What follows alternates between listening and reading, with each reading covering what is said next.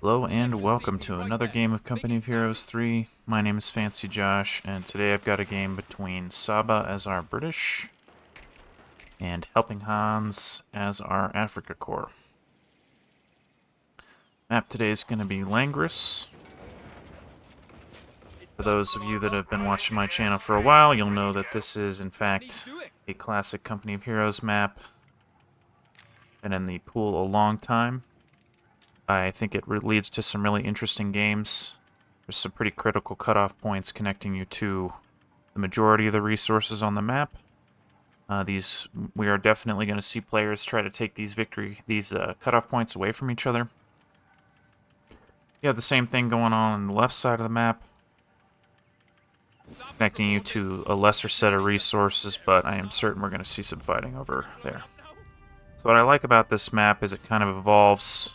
There's a lot of fighting in the middle here, but as the game goes on, sometimes the hedgerows, which dominate the center of the map here, can come down either through fire or tanks or explosions, and it really opens up the center of the map and leads to some dynamic play.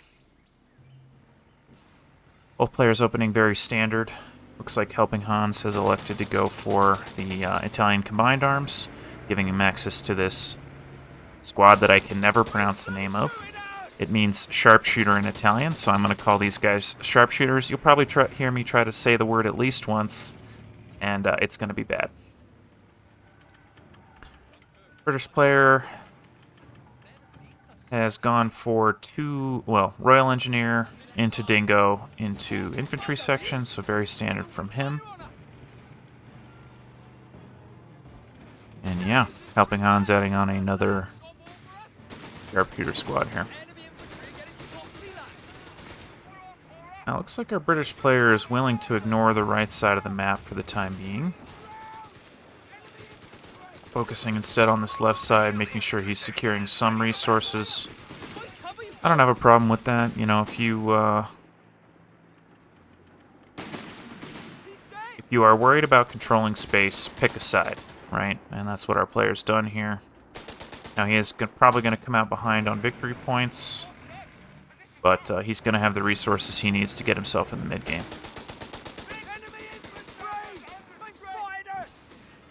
Both players opening with that ultralight vehicle. Looks like our German player did lose his motorcycle while I wasn't paying attention. Kind of wish I had caught that. I was about to talk about the risk-reward of the light vehicle, but we see it on display here, right? The light vehicles have a larger hitbox, so they have a higher perceived accuracy, which is a bad thing to have. Which all that means is when you shoot at them with your squad, it's easier to hit, right? And, you know, despite having a reasonable amount of health, they're going to get hit by more bullets, they're going to lose health quickly, and need to be maintained.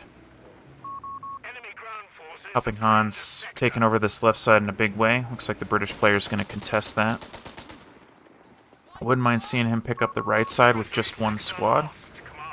He might be doing that. No, heading to the middle with his infantry section. Yeah, nice map control by HelpingHans here. I think that's going to put him ahead going into this mid-game. British player is trying to take... Well, looks like he was thinking about taking this cutoff point away, but didn't actually commit to it. Rifleman reinforcing Dingo here as well. And I believe that our German player is ultimately going to lose this fight here in the middle, unless something changes. Flamethrower squad on the left side trying to drive away those pioneers, but failing because of the supporting sharpshooter squad. I just heard a mine go off.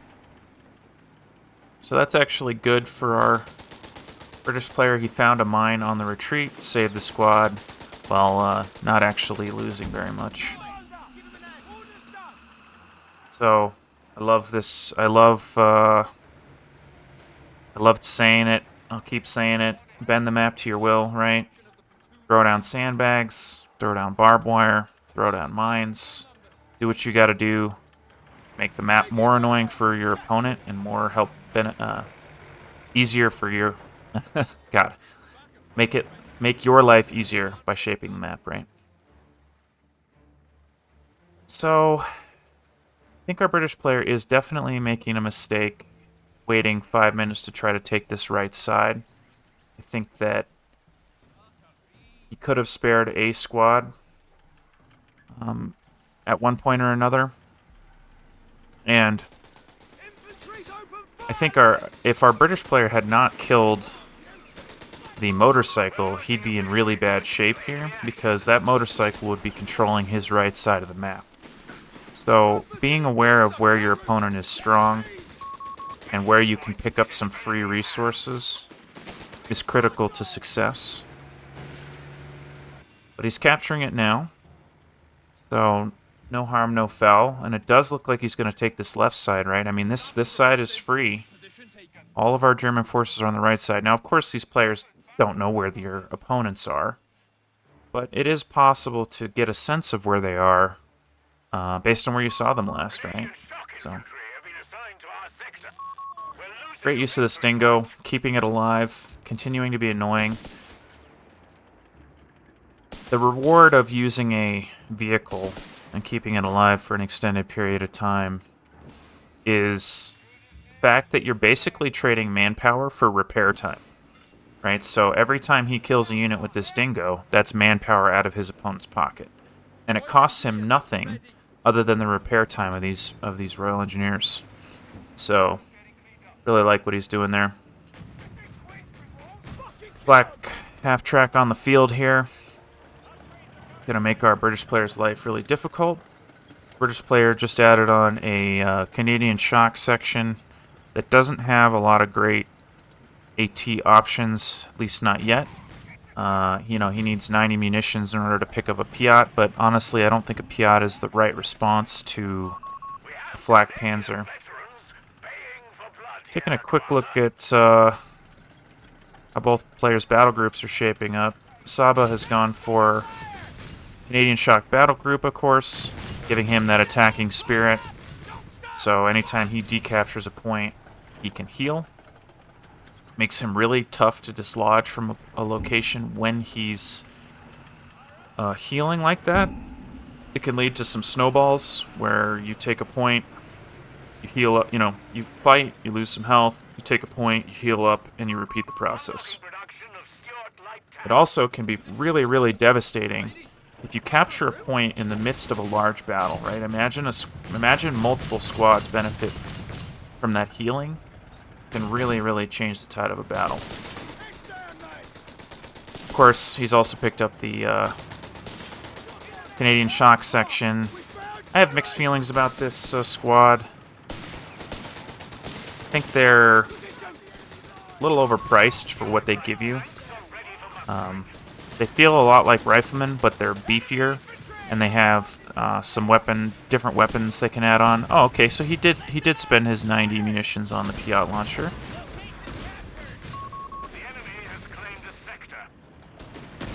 Alright, so HelpingHans is preempting our British player by calling in this mechanized Panzerjäger. For those of you that don't know, you get a discount. You basically pay the cost of the squad and get the half-track for free. But that Panzerjäger is going to be great for any vehicles that our British player wants to put on the field. And the reason I say that is British player is adding on a Stuart. So I really like the Stuart. Typically when you see a British player go for the Stuart, they're going to go for 2 Stuarts, depending on how the game is going for them. He looks like he is going to drive right into this Panzerjäger squad. Royal Engineers dodging a grenade there. And Panzerjäger respecting the Stuart. I'm actually surprised that he didn't bail out of that half-track and get into cover there.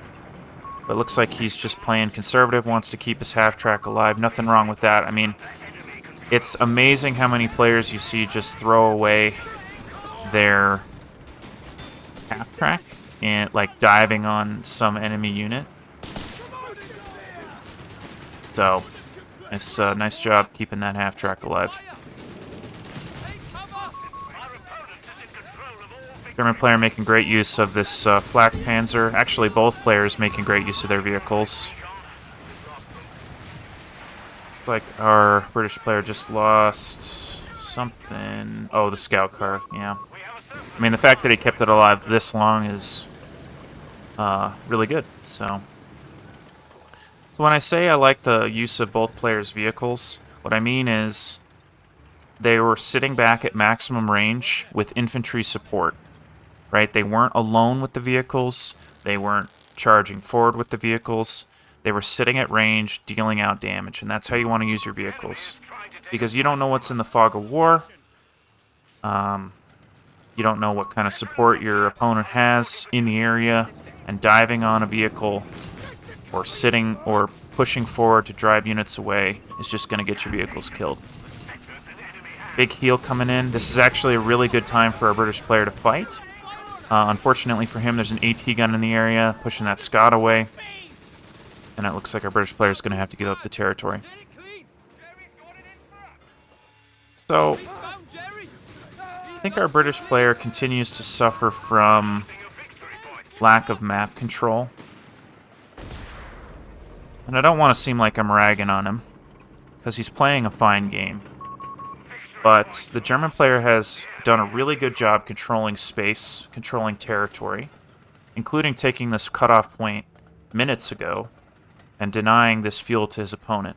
And the British player pushed in. I mean, that's what that whole push was him pushing in here, drive away the German. And he did pick up the victory point, but he did not pick up his cutoff point, and he didn't leave mines behind. He didn't leave sandbags behind. So he took the area, but he didn't actually take the points, and he didn't set himself up for success long term. And in fact, I think he overstayed his welcome in the middle here, just kind of decapturing territory.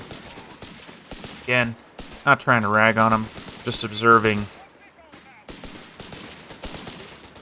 where he might be misstepping here.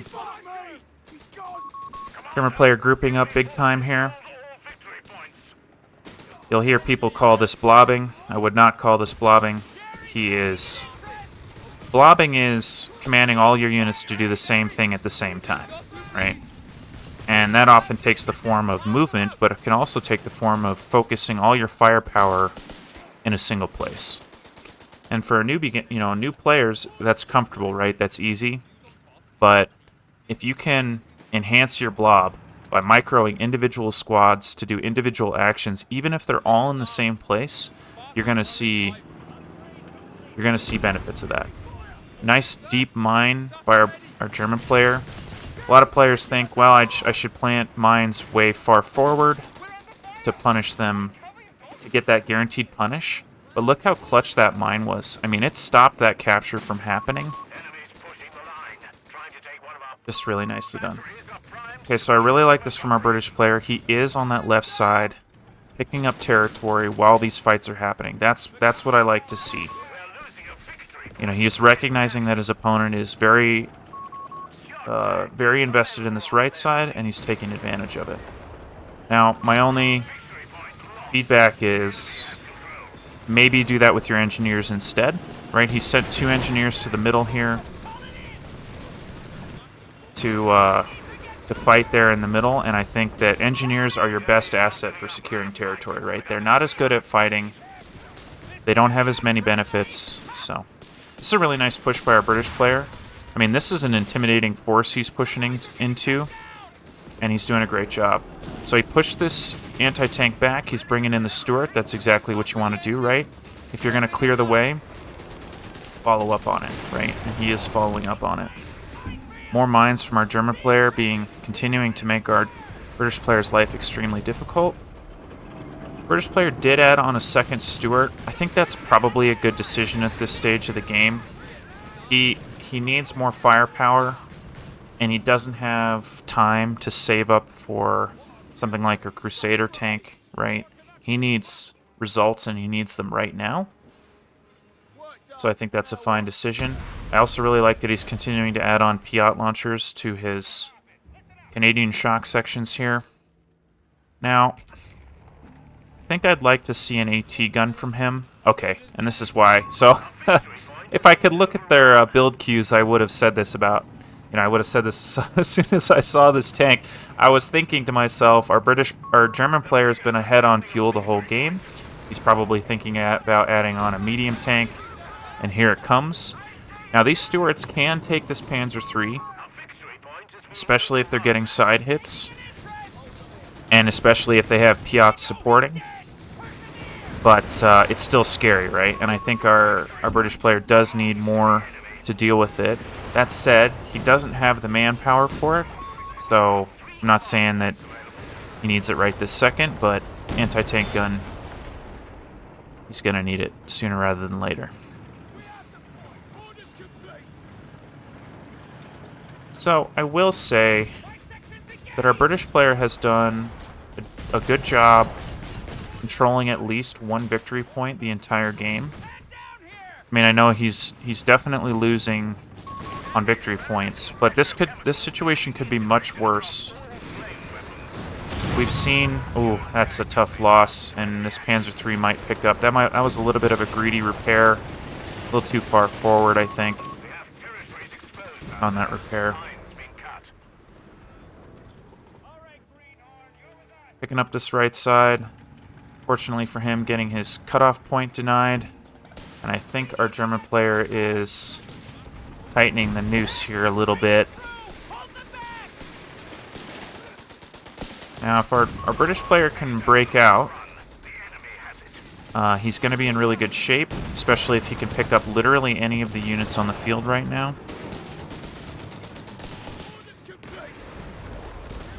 Good fight for our British player. Taking those maximum range fights, right, is what he wants.